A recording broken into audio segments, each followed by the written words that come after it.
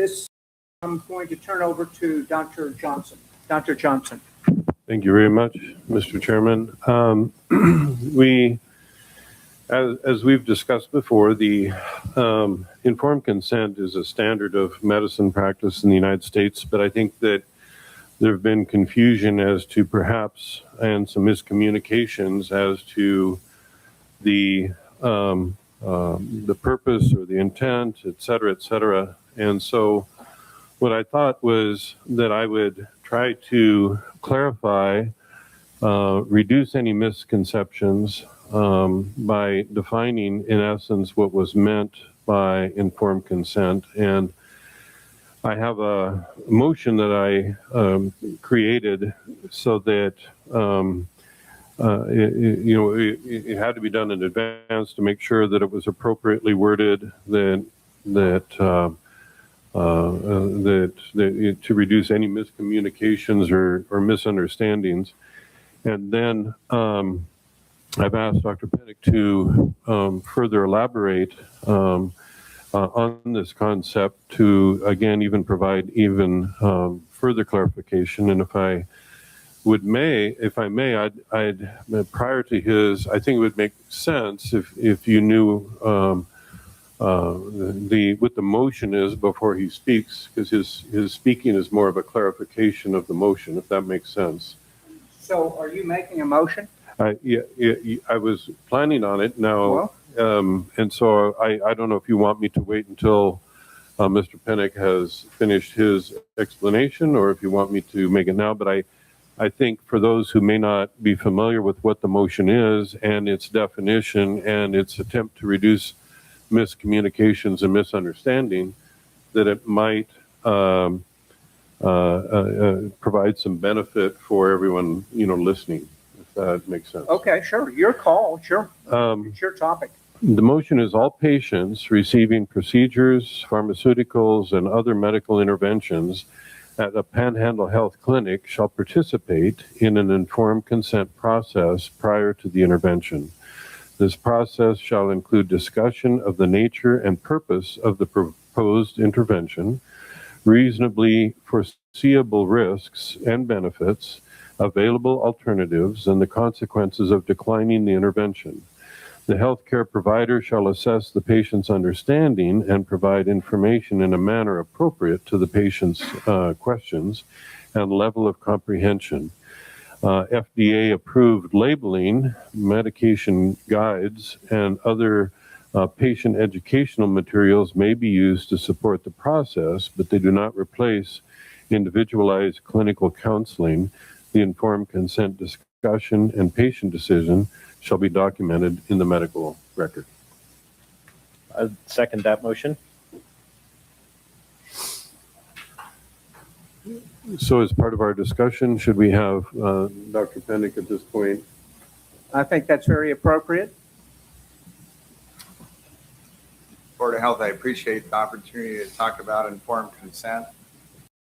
Over my decades-long career, I've consented thousands of individuals, mainly for cardiac procedures.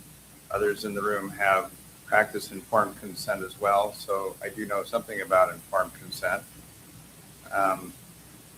And that's not advancing, so I'm not sure.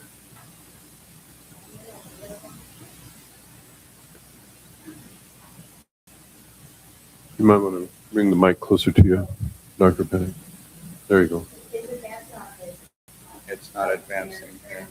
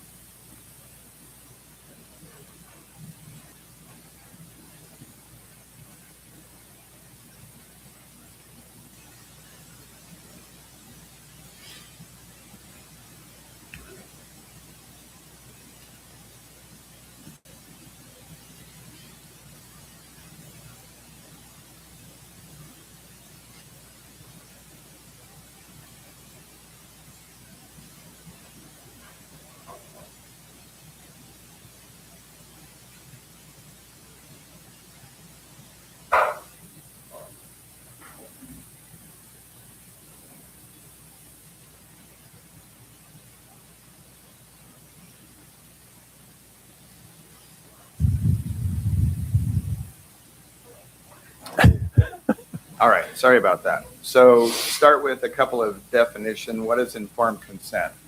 These are the two definitions that I like the most.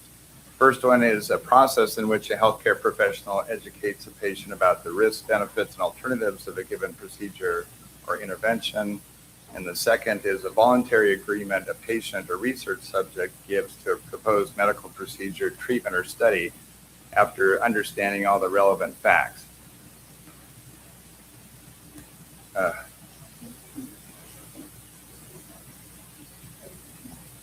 to space.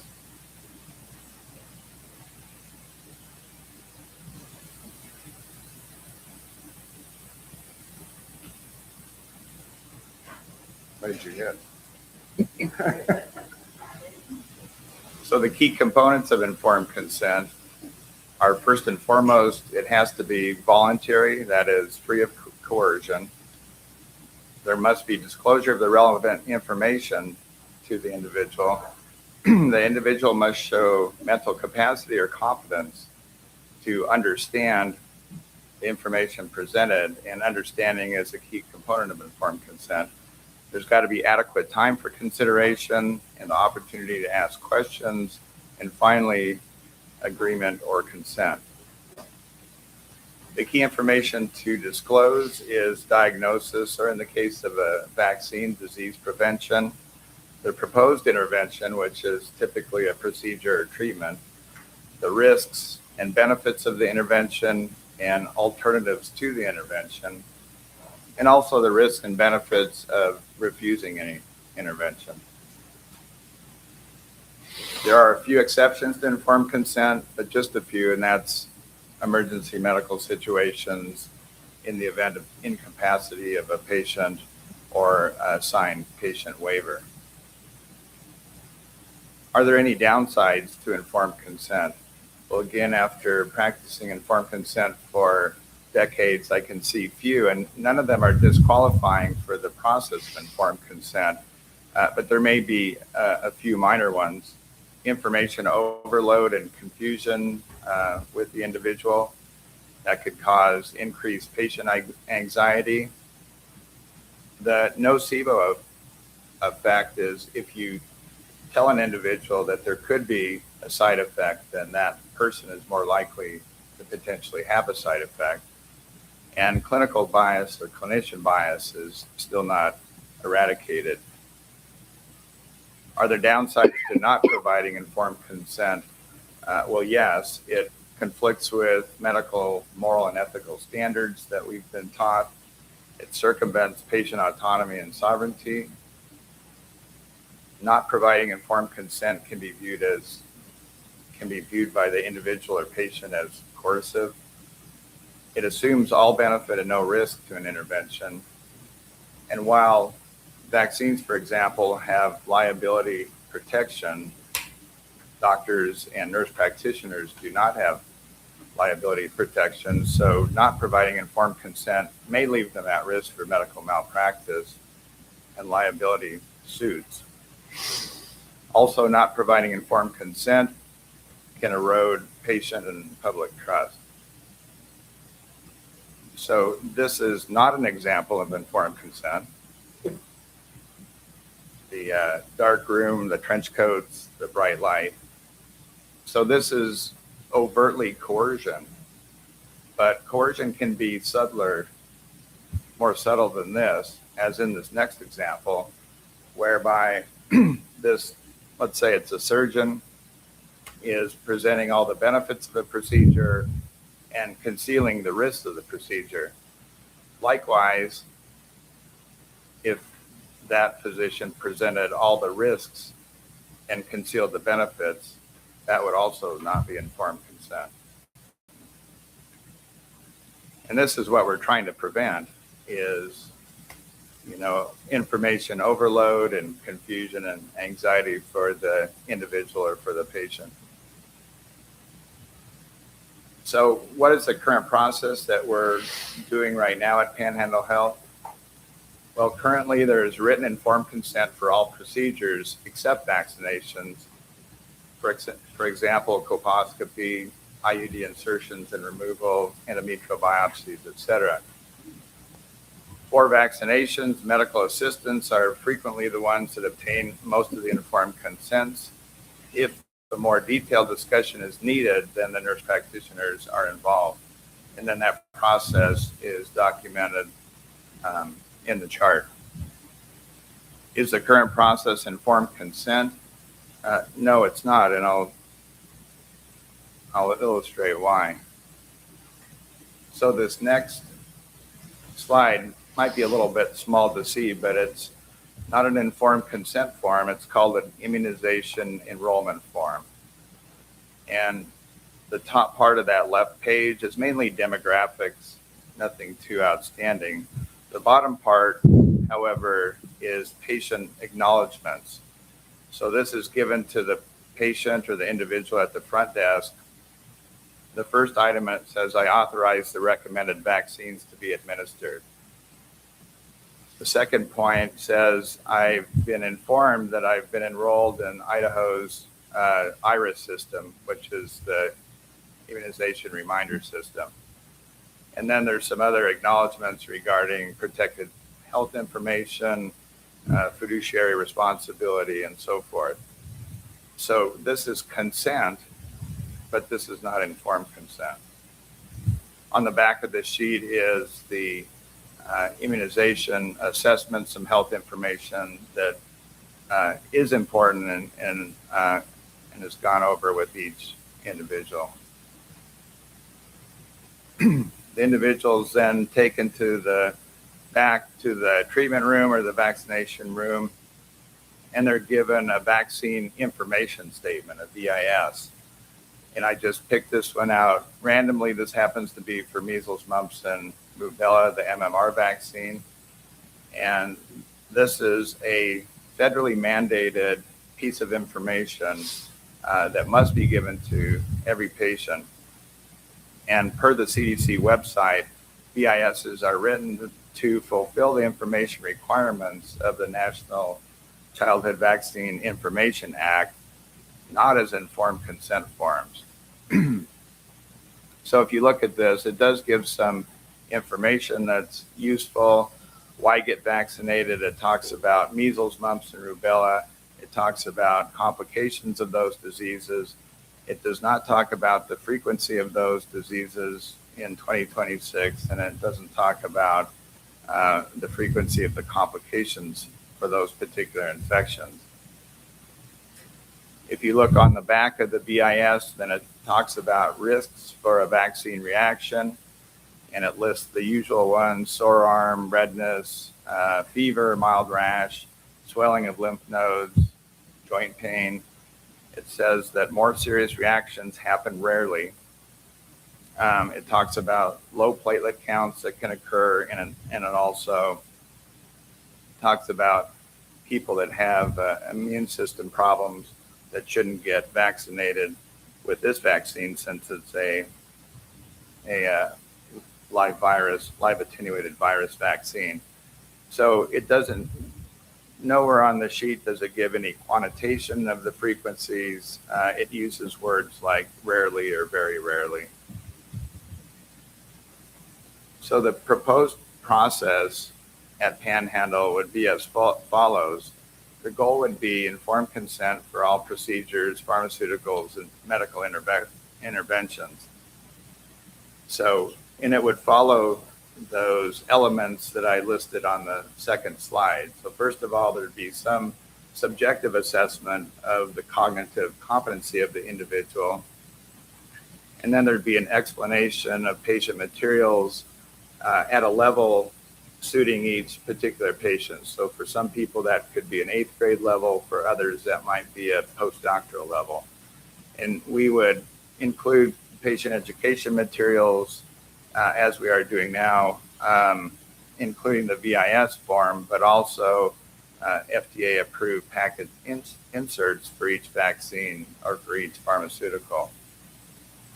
There'd be counseling of risk, benefits, and alternatives that would be provided by a licensed practitioner. So this would be a physician or a nurse practitioner not a medical assistant or not a front desk people. We have great medical assistants and we have great front desk people, but they should not be giving an informed consent to patients. There would then be time to digest the information, the ability to ask questions and have those questions answered fully. Consent would then be signed by the individual or the parent or the power of attorney or the guardian. And the consent form would also be signed by the informing healthcare professional as an attestation that they gave appropriate informed consent. So here's an example of a package insert just to show you what it looks like. This would be on the benefit side. It talks about seroconversion, that is the production of antibodies in response to this particular MMR2 vaccine. And to the extent that seroconversion parallels protection, these seroconversion rates are very high with this particular vaccine. And so that's the clinical efficacy part. Under number 5 is warnings and precautions. It goes into a little more detail about febrile fevers and febrile seizures, which isn't included on the VIS. It talks about hypersensitivity to eggs, which is not included in the VIS. It talks about the possibility of causing low platelets or thrombocytopenia, which is mentioned on the VIS. And then a family history of immunodeficiency, meaning that this vaccine should be avoided in people with immunodeficiency, and that should be worked out before receiving this vaccine. If you look under number 6, adverse reactions, there's numerous reactions that have been reported. These are adverse reactions that are identified during clinical trials or reported during the post-approval process. You can see that it affects a number of organ systems. There is no frequency that's given. With some vaccines, it is broken down into specific categories of frequencies. This particular one, there is not. But if you go down a little bit farther, it talks about the safety study that was done. And basically, this is the safety study for the MMR2. It looked at 2 groups. No placebo group was included. It talks about serious adverse events that occur comparing an intramuscular injection versus a subcutaneous injection, respectively, keeping in mind that the difference between an intramuscular and a subcutaneous injection is a matter of millimeters. But basically, it says that the serious adverse event rate occurred in 3 out of 1,000 patients with the intramuscular route and 1 out of 100 in the subcutaneous route. And this safety study lasted for 42 days, meaning that adverse events were categorized and compiled during that 42-day period. Any adverse event that occurred after 42 days was not included in this trial. And a footnote that I made, which is my own and does not appear on the package insert, but just for information, a serious adverse event is defined as death, a life-threatening side effect, hospitalization, disability or permanent damage, or birth defect. So this is information that an individual or patient may want to know. So this is a discussion about informed consent, not about vaccinations, but vaccinations always come up. So the question arises, why informed consent for vaccination? So every medication, every supplement, every surgery, every procedure has potential benefits and risks, including vaccinations. The human body has a great natural mechanism for warding off foreign invaders, including the respiratory system, including the GI tract, and including the skin. Needle injections bypass those natural mechanisms the body uses to protect itself. And no vaccine is 100% safe or 100% effective. and long-term safety studies using true placebo controls are absent for all childhood vaccines and lacking for most other vaccines. So because of the potential risk and benefits, informed consent must be obtained prior to vaccination. So let's just run through this, not to get into the weeds, but at a 30,000 foot level with potential benefits, risks, and alternatives to vaccinations. These are the benefits that everybody knows about.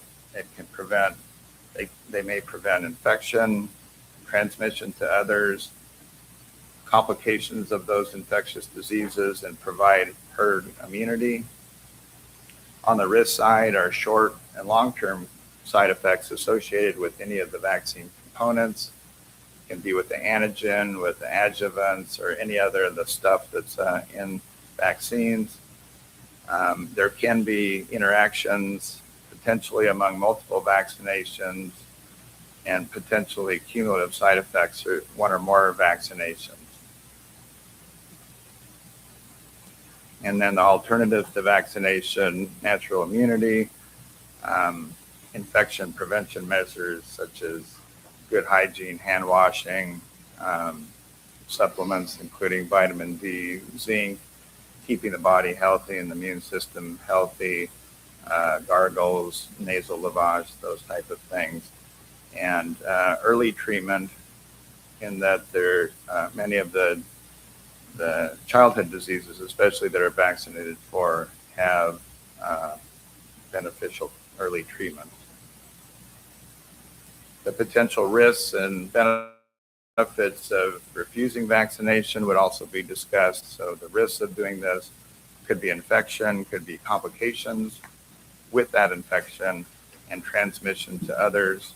The benefits would be no side effects associated with the vaccine, less or no chance of vaccine interactions, and less or no chance of cumulative adverse reaction.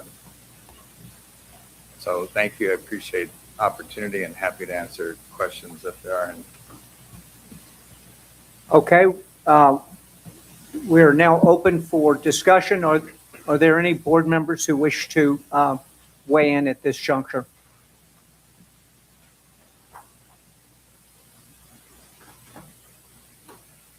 Mr. Chairman, if I could, I like the concept of informed consent. It's critical that the patients know what proposed treatment is or intervention is. But I know that our population is at various levels of being able to comprehend or understand the explanations. Is there a way that we can structure it so that it is at their level, whether that be 6th grade or high school or a 4-year college degree level of comprehension and understanding? Is that been taken into consideration? Yeah, well, my answer to that, and others can join in as well, would be that that's the role of the person who's consenting. So that's why I think it's important that a physician or a nurse practitioner be the one involved, because it's their judgment at what level they should counsel that patient or individual at. And as I said, for some people, as you said, some people that may be 4th grade level, doesn't mean that you still can't talk about risk, benefits, and alternatives at a 4th grade level. For some people, it may be postdoctorate level, and that's the other reason why a physician or nurse practitioner should be involved. So that's how I would answer that question. Yeah, I'm perfectly in agreement. I do that on a regular basis with patients that I see, and it doesn't take long to get a feeling for what level they're at. And so I'll ask a couple of questions. Have you, do you know what this word means? Are you familiar with this? Do you have a background in this, et cetera? And within about 20 seconds, I know where I need to go. So that's where I think it's excellent that a nurse practitioner or a physician is the one doing it, because they'll have so much experience already doing it every day. Sure. So another follow-up question. What's the potential of using AI to assist in this? And you could tell the AI, okay, got an individual here who, has a 7th grade level of education, and very little experience, and is afraid of certain things. And the AI can go in and structure this. Well, my experience, because I've had patients coming in with statements that they've looked up on AI, and what's interesting is that the programmers, it's not a perfect source of all knowledge. Still How- yeah. How the person, well, and I don't know that it'll ever get there, because how the person asks the question will provide a different answer. And if the patient is expressing a bias, it will agree with that bias. And so, in other words, it wouldn't be a good source of informed consent, because it'll take them down the pathway that they've already been informed of. And they may not see the other side, which may be of benefit for them. That's why I don't think that will ever be a good pathway. I don't know how they can perfect it to be the source of all truth. So how would we educate our staff in providing informed consent? My thought would be they do it all the time throughout their professional career on a daily basis. That would be like saying, how can we instruct people in construction to build buildings? I mean, this is what we do. I think part of it, Glenn, maybe for a more practical step would be provide a consistent data set that's expected to be presented for a given therapy, and then with the nuance and art of that process from their experience, like Dr. Johnson's saying, they could then know how to adapt the presentation of that.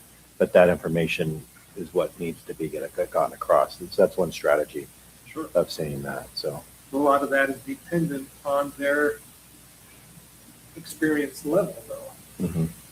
And will we always have someone that experienced I think that's where providing a medical director comes in, that they can assess the experience level of the provider if there's new providers coming on. Because I was just speaking with a new nurse practitioner that was about 2 months out of nurse practitioner school. So though lots of experience in previous, new to nurse practitioner. So you would expect her to have that level, but she could be coached and guided, and the foundation she already did from her education, which is substantial, could then be, you say, okay, well, we're going to guide you on how to do that and how to adapt that. So that would have to be like the medical director assessing the capacity of new and lesser experienced providers as they're coming into experience, would be my thought. Like anytime you hire a new provider in your clinic, you always are having to assess that all the time, and then you're training them. And even a well-trained provider often takes months to get up to speed on protocols and things. we all have our good days and our bad days. Yeah.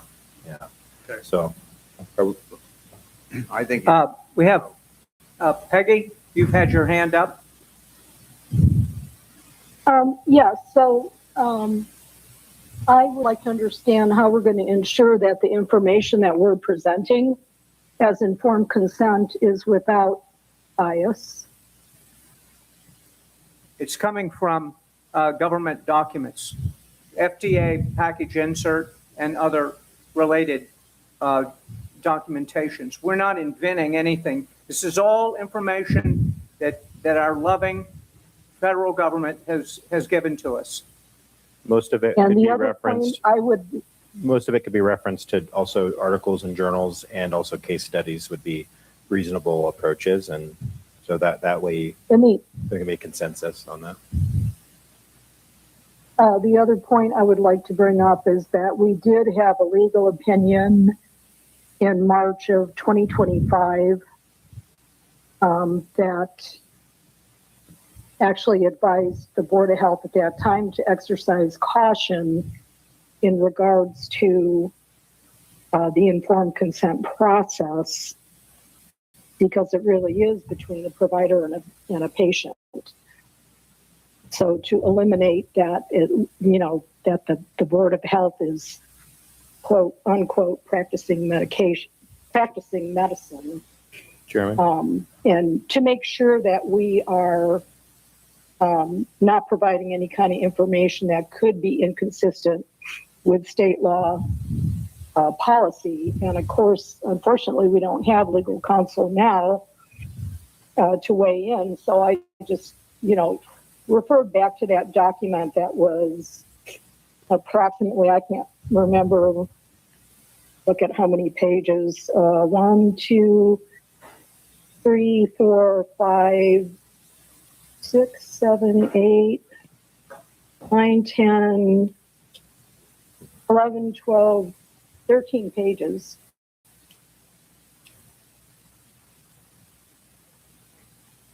I would like to Okay. call the question. Okay, Melissa, do I understand that you, timeline here?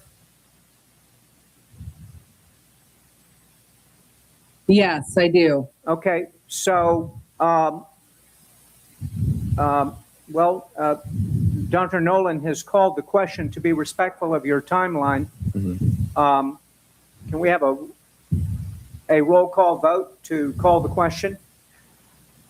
Glenn Bailey? Can I get clarification first? The question is to go ahead and vote on Uh-huh, approving this. right. Out of respect to Commissioner Cowles. Yes. Okay, keep going. Peggy Cuvala? I'm going to abstain. Dr. Johnson? Yep. Dr. Nolan? Yes. Commissioner Kells? Yes. Commissioner Bertling? I'm going to abstain also. Chairman Fletcher? Yes. Okay, the discussion is closed. We will have a roll call vote on the motion, which has been seconded. Jessica, roll call vote? Glenn Bailey? Yes. Peggy Cuvala? No. Dr. Johnson? Yes. Dr. Nolan? Yes. Commissioner Kells? Yes. Commissioner Bertling? No. Chairman Fletcher? Yes. The motion passes. Congratulations, Panhandle Health. We are now turning to Agenda 10,